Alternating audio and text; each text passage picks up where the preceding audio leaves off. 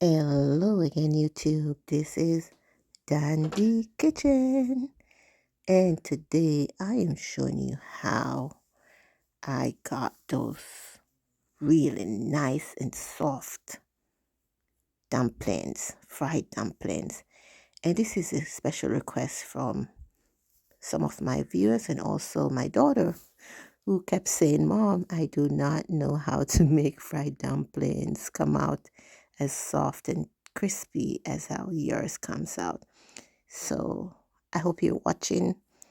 Um, I'm starting out by pouring flour. I'm using the Gold Star brand. It doesn't matter what brand flour though. Make ensure that you use the uh, all-purpose flour. Then I'm adding some baking powder. It's about a pound of flour, so I'm using about a tablespoon of baking powder to that amount of flour. Then I'm going in with some olive oil, but usually I would use butter instead of the olive oil. I ran out of butter, so I had to use olive oil.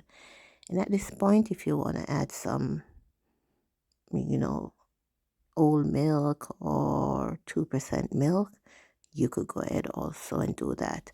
I chose not to add any milk to mine. And I'm going in with the salt to taste. Ensure you use the salt to taste. Currently, I'm using about a teaspoon of salt. And then you're going to stir everything around.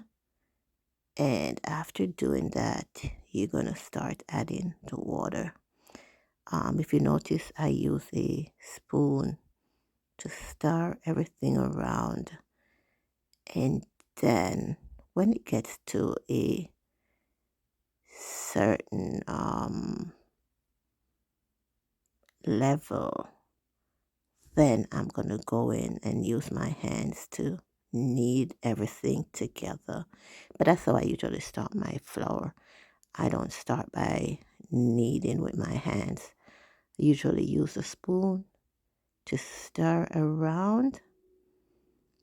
As you see, that's what I'm doing right now. I'm stirring it around, and then after this, I'll go in and finish up by using my hands to knead it around. So continue to watch. I will be explaining as we go along.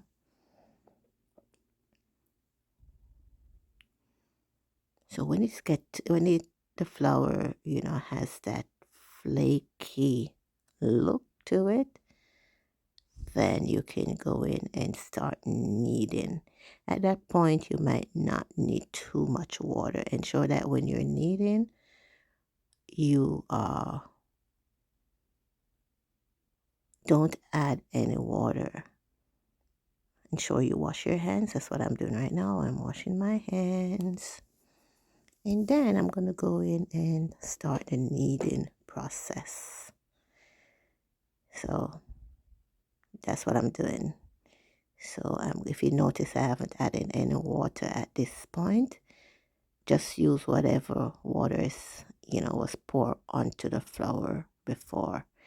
Keep kneading it around, knead it around, and gradually everything will come to formation. Then, I realize it's a little bit dry, so I'm adding a tip of water. You have to measure your water that you pour each time. And after it's thoroughly kneaded, then that's when we're gonna start the process of adding oil to the pot and continue with the frying process. But just continue to watch me. I, ensure that it's kneaded, but you don't want it to get too soft. Just be careful when you're pouring the water because it can't be too soft and it can't be too hard. So It has to be balanced. So just use your initiative when you're, pouring the water and when you're kneading it. So that's what I'm doing right now. Ensure that everything is thoroughly formed out together.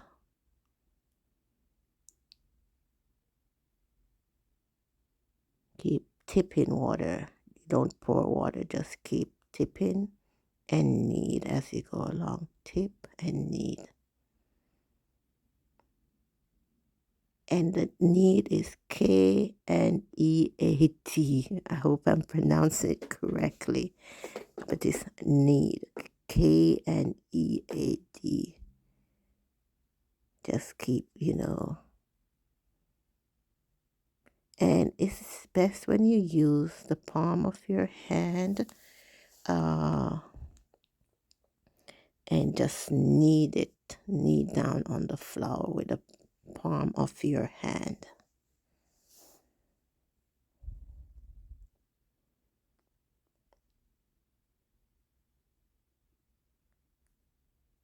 Just continue to watch.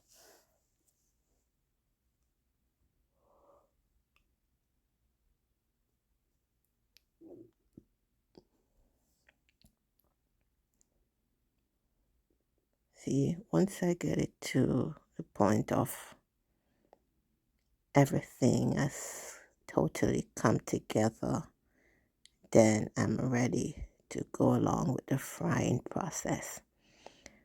Usually when you're frying dumplings, ensure that you have poured enough oil in the frying pan to cover the dumplings.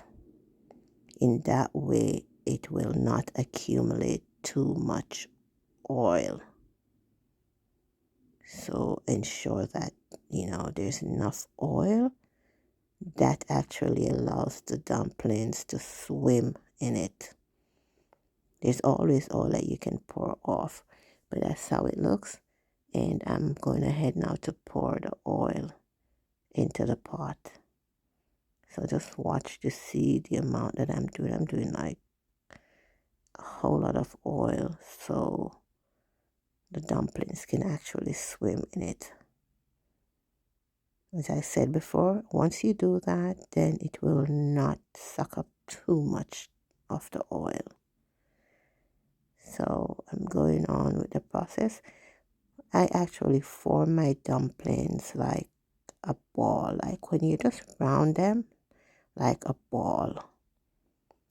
That's how I do my dumplings, and they come out fluffy and soft. Yes, just form a ball with the dumplings. Just, round them around with your finger, with your hands.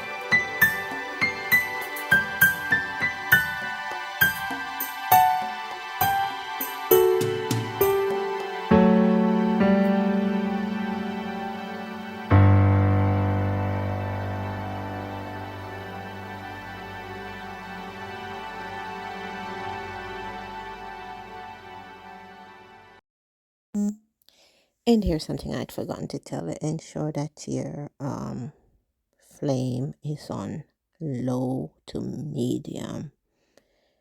So your flame has to be on low to medium because you don't want your dumplings to be burned. So that's another thing that you have to monitor. So at this point, that's what I'm doing. I'm adding the dumplings to the frying pan, and then I'm going to be monitoring how, they're fried. So continue to watch, okay? So as you can see, I'm almost at the finish of this video, but if you notice, the dumplings are golden brown. That's how you want your dumplings to look, golden brown but not burned. So I should tell you this, you cannot leave this you cannot leave your pot for a minute when you're frying dumplings. You have to stay put and continue to monitor them. I had to step aside for about 3 minutes just to pick up something. When I got back, some of the dumplings were actually half burned, but I still like them like that. But you have to stay there and monitor. If you notice, I showed you how I poured some additional oil after the first batch. I had poured additional oil to the pot, and then I'm going in with a second batch. A pound of flour actually gave me about 12 dumplings, I should say, and they're good sizes. So that's another thing. I pinch the flour, like I take small amount to make the dumplings, because remember, once it goes in the pot, it expands from the baking powder. So you have to be aware of the amount that you put in the pot. You don't want them to be swelling on you and extremely or enormously big. So just take small amount when making the dumplings. And as I said, you just wheel them around to form, I would say, like a little ball, and put them in the pot. Ensure that the oil is preheated before you put the dumplings in it. That's another thing. Do not put the dumplings in cold oil. So ensure that your oil is preheated. So continue to watch. I think we're almost at the end of the video. That's the second batch, if you notice. Um, it is actually swimming in the oil. So that's it. We're almost at the end. But these dumplings were, oh, da da da da, the bomb. Yes, they were the bomb. They were soft and flaky, and that's how you want your dumplings. Yes, that's how you want your dumplings. So I think that's it. And as always, look at the dumpling. Look at it, look at it, look at it, look at it. Look at it. Mushy, soft, crunchy. That's how you want your fried dumplings to look. So we're almost at the end of this video. And as usual, thank you for watching, and keep like and subscribe my videos, because you never know what I'm coming with next time. So I completed my meal with some steamed green cabbage.